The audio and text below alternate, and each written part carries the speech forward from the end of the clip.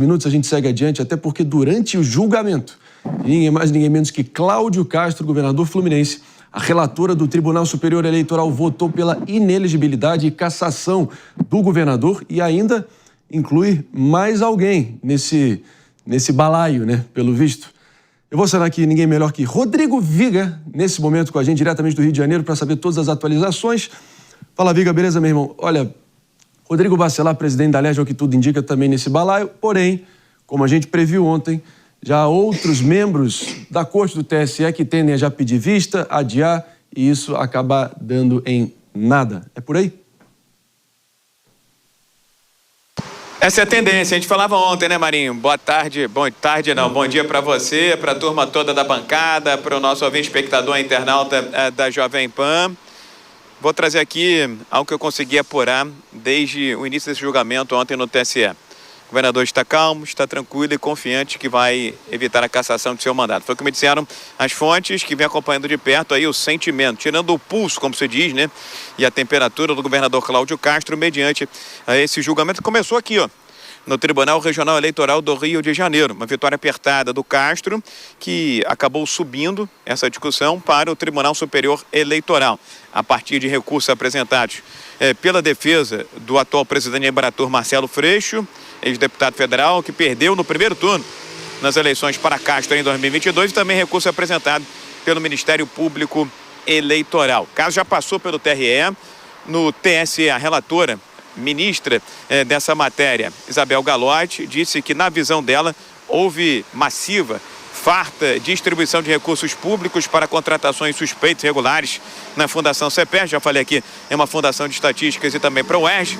Quem é do Rio de Janeiro conhece muito bem o UERJ, a Universidade Estadual do Rio de Janeiro, fica ali do ladinho do estádio do Maracanã. A Vice-Procuradoria Geral Eleitoral também foi nesse mesmo caminho, nessa mesma direção, dizendo que houve infrações eleitorais, por isso que Castro é denunciado por abuso de poder político, poder econômico, também práticas irregulares durante o período eleitoral. Mas aí veio o ministro Antônio Carlos Ferreira e pediu vistas a esse processo.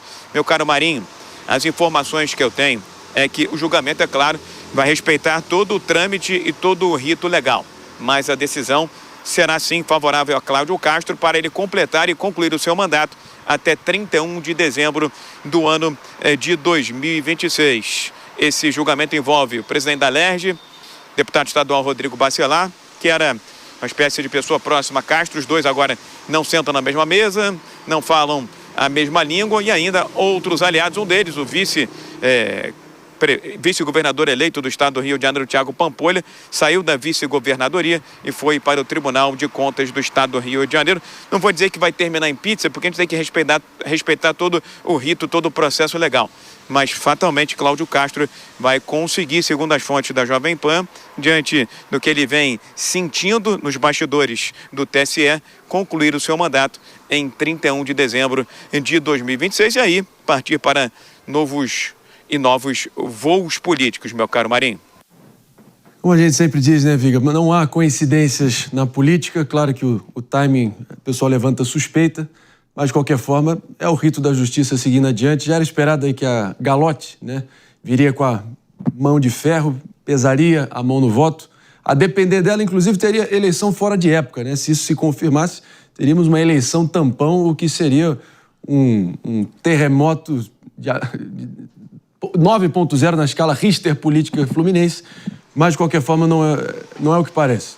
E sempre aqui devidamente esclarecido aqui pelas informações do nosso Rodrigo Viga, meu bulambo preferido. Segue firme e forte aí, tamo junto. Valeu, Marinho. Só para complementar, porque antes o Castro queria ser candidato ao Senado, voltou atrás, mas diante da repercussão positiva dessa mega operação da semana passada, alguns acham que ele deveria reconsiderar a sua carreira, o seu plano político. E as declarações do presidente Lula sobre uma ação que ele chamou de matança desastrosa, tem cada adjetivo aqui no Rio de Janeiro, pessoal dizendo inacreditável, inaceitável, desconectado com a realidade. Teve um até que me disse o seguinte, viu, Marinho, só para fechar, ele virou o Biden brasileiro, que durante um período do seu governo estava completamente desligado, desconectado de fatos e da realidade norte-americana, meu caro Marinho. Viga, se você me permite, só um breve esclarecimento aqui, olhando adiante. Situação paralela, né, que o ministro do Supremo, Alexandre de Moraes, também deve se reunir com a presidente, né, de uma ONG apontada como advogada de integrantes do Comando Vermelho. É por aí? É por aí. Inclusive, tem uma reunião marcada com a deputada Dani Monteiro, aqui do Rio de Janeiro. O pessoal dos direitos humanos, deputados do campo da esquerda e também representantes de organizações não governamentais, tendo essa agenda marcada com o ministro Alexandre de Moraes. E o que se fala nos bastidores é que um representante dessa ONG, dessa organização não governamental, teria algum tipo de ligação, algum tipo de conexão com o crime organizado. Mas, pelo que vi da segurança do ministro Alexandre de Moraes aqui no Rio de Janeiro, quando passou na última segunda-feira por vários órgãos e instituições, pegando identidade, CPF, para saber até quem poderia eventualmente acessar uma sala, um gabinete para tirar uma foto, acho que esse cuidado também vai ser tomado para essas reuniões agendadas com esses representantes da bancada da esquerda e de organizações não governamentais. Não poderia ser diferente, né, Marinho? Pelo contrário, né? Quando as autoridades enfiam o pé na jaca desse jeito, aí é difícil reclamar da radicalização e da indignação que vai, enfim, contaminando o nosso povo na sequência, né? Inacreditável. Rodrigo Viga, obrigado, meu irmão. Sempre competente, sempre presente. Segue firme e forte por aí, a gente conta contigo na sequência. Tamo junto. E repercutindo aqui com a bancada, né? Isso tem um simbolismo e tanto, né? E o timing, novamente, não poderia ser mais ingrato, né, David Tarso? Sem dúvida alguma, né, Marinho? E aí, como o Viga bem enfatizou sobre a questão do presidente, sobre essa fala que a gente já até chegou a repercutir aqui, até desestimula a ação dos policiais, aqueles que realmente querem enfrentar o crime, não querem se corromper, porque infelizmente isso é um problema também, principalmente no Rio de Janeiro, durante essas ações, até com a ação de milícias, onde os policiais acabam se tornando milicianos, né?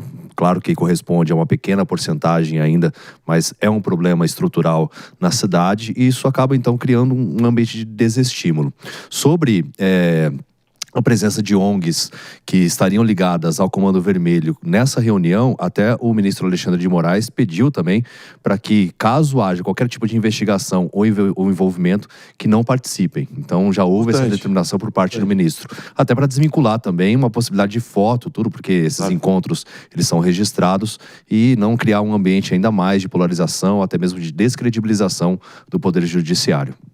Pode nos chamar de caretas, ultrapassados, antiquados, mas acho que o mínimo de decoro, de critério também, e com quem você se cerca na vida pública, de vez em quando é impossível controlar mesmo, porque você tem que ter esse contato frequente em todas as frentes.